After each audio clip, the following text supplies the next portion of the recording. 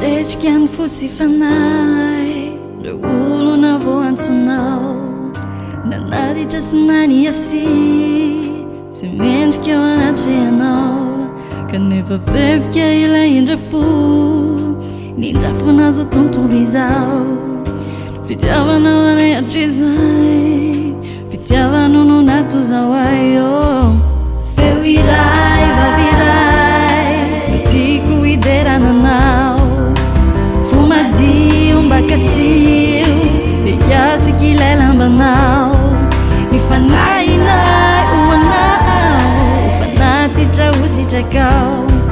kao feo iray vaviray tiako hiderananao ny fiainanao maninay ny fiainanao mandrakizay ny faorina maratrizay haiko fa misery ay satria keo mamiko ny famonjenao ny dinao ny fiainako araiky ny sitraponao sa misy anao da isaiko feo iray vaviray fumadio mifanainay oanao fanatitra ositrakao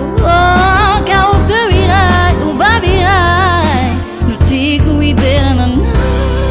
ny fitiavanao tsy talany natolotra hoay misy fiainana vaovao omaninao ay ny fitiavanao tsy talany natolotra hoay ny fitiavanao mbao